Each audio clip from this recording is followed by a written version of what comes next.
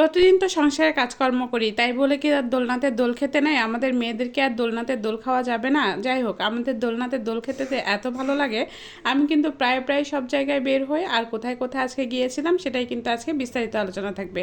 আর ঘুম থেকে উঠেই দুপুরবেলা একটু মনে হলো যে রেডি হয়ে নিই, আর আপনার ভাইয়াকেও বলে রেখেছিলাম যে আজকে আমরা কোথাও বেড়াতে যাব। আপনার ভাইয়াকে বলার সাথে সাথে কিন্তু সে আমাকে বলে যে তুমি কোথায় যেতে চাও, যদি সে ফ্রি থাকে তাহলেই হয়তো বা আমাকে নিয়ে যায়, তবে না কিন্তু যখন ফ্রি থাকে কখনোই কিন্তু না করে না। আর যখনই বলবো তখনই কিন্তু আমাকে সে নিয়ে বের হওয়ার চেষ্টা করে। যদি আমি বলি রাত 10টার সময় আমি অমুক জায়গায় যাব, তাহলে সে সেখানেও আমাকে নিয়ে যায়। যাই হোক, আলহামদুলিল্লাহ। তো আমি আর সে বেরিয়ে পড়লাম, একদম বিকাল বিকাল বেরিয়ে পড়েছি। আর এই যে এটা হচ্ছে যাচ্ছি সান্তাহার রোড, মানে ঢাকা বগুড়ার রোড। আর এইখান থেকে কিন্তু আমরা চলে আসছি বশিপুর। আপনারা যারা যারা নওগাঁতে আছেন তারা তারা সবাই চিনেন, বশিপুরে যাব আমরা। আর বশিপুরে কেন যাচ্ছি? বশিপুরে যাব হচ্ছে এই জায়গাটা দেখতে এত সুন্দর, যে বশিপুর জায়গাটা কিন্তু একদম কোনো যানজট বিহীন একটা জায়গা। আর এইখানে একটা ছোট্ট একটা পার্ক আছে, আর এই পার্কটা খুবই সুন্দর। যাই হোক, বহুদিন আগে আসছিলাম যখন এই পার্কটা নতুন নতুন উদ্বোধন হয়, তখন কিন্তু আসছিলাম। এর পরবর্তীতে মানে আমার আর আসা হয়নি। এটা যে আমার বাড়ি থেকে অনেক দূরে তা কিন্তু নাই, অনেক কাছে, তারপরেও কিন্তু আসা হয় না। যাই হোক, খুব একটা বেড়ানো হয় না। তো আমি আর আপনার ভাই আজকে ফ্রি ছিলাম, তারপরেও কিন্তু চলে আসলাম। আপনার ভাইয়ার একটা বন্ধুও গিয়েছিল। আর হচ্ছে এদিকে হচ্ছে আজকে অফ ডে ছিল, মানে শুক্রবার ছিল না। আর শুক্রবার থাকলে কিন্তু প্রচুর পরিমাণে ভিড় থাকে, আর শুক্রবার নাই দেখে কিন্তু আজকে তেমন একটা ভিড় নেই।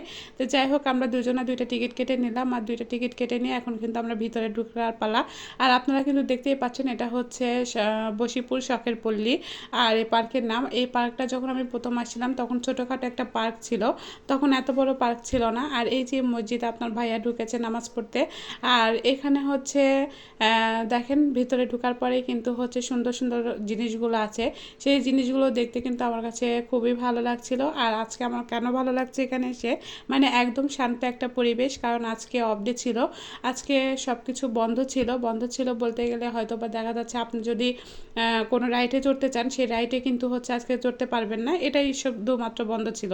কিন্তু তাই বলে যে পার্ক বন্ধ আছে তা কিন্তু না। কিন্তু আমরা তো ছোট বাচ্চা না যে আমরা রাইডারে চড়বো বা হচ্ছে কোনো কিছুতে চড়বো, এই জন্যে হচ্ছে আসলে তেমন কিছু নাই। আর আমার ছোট কোনো বাচ্চাও নাই, আর আমার বাচ্চাটা এত বড় হয়ে যায়নি। আমার বাচ্চাটা যতটুকু বড় হয়েছে, কিন্তু মাশাআল্লাহ সে আমাদের সাথে একদমই আসতে চায় না। আর এটা ছিল হচ্ছে বাঁশের কেল্লা। যখন আপনারা শুক্রবারে আসবেন তখন এটা কিন্তু খোলা থাকবে, এর ভিতরে আপনারা অনেক কিছু দেখতে পাবেন। কিন্তু আজকে একদম বন্ধ ছিল, হয়তো বা বললে খুলে দিত, আপনার ভাইয়ার পরিচিত ছিল। তারপরে আমরা হচ্ছে এখানে কিন্তু কোনো ধরনের এত বড় জায়গা আছে থাকা সত্ত্বেও কিন্তু যে আমাদের ওটা খুলে দেখতেই হবে এমন কোনো কথা নয়। কারণ আপনি যদি এখানে 2 ঘন্টা নিয়ে আসেন, আপনি 2 ঘন্টায় কিন্তু ফুল দেখে শেষ করতে পারবেন না। এত সুন্দর একটা জায়গা, বললাম না যে আমি একদম প্রথম প্রথম আসছিলাম। দেখেন এটা কিন্তু একদম কচু পাতার মতো, কিন্তু এটা কিন্তু একদম সিমেন্ট দিয়ে তৈরি করা হয়েছে। তারপরেও যে এটা এত সুন্দর লাগছে, মনে হচ্ছে যে একদম বাস্তব।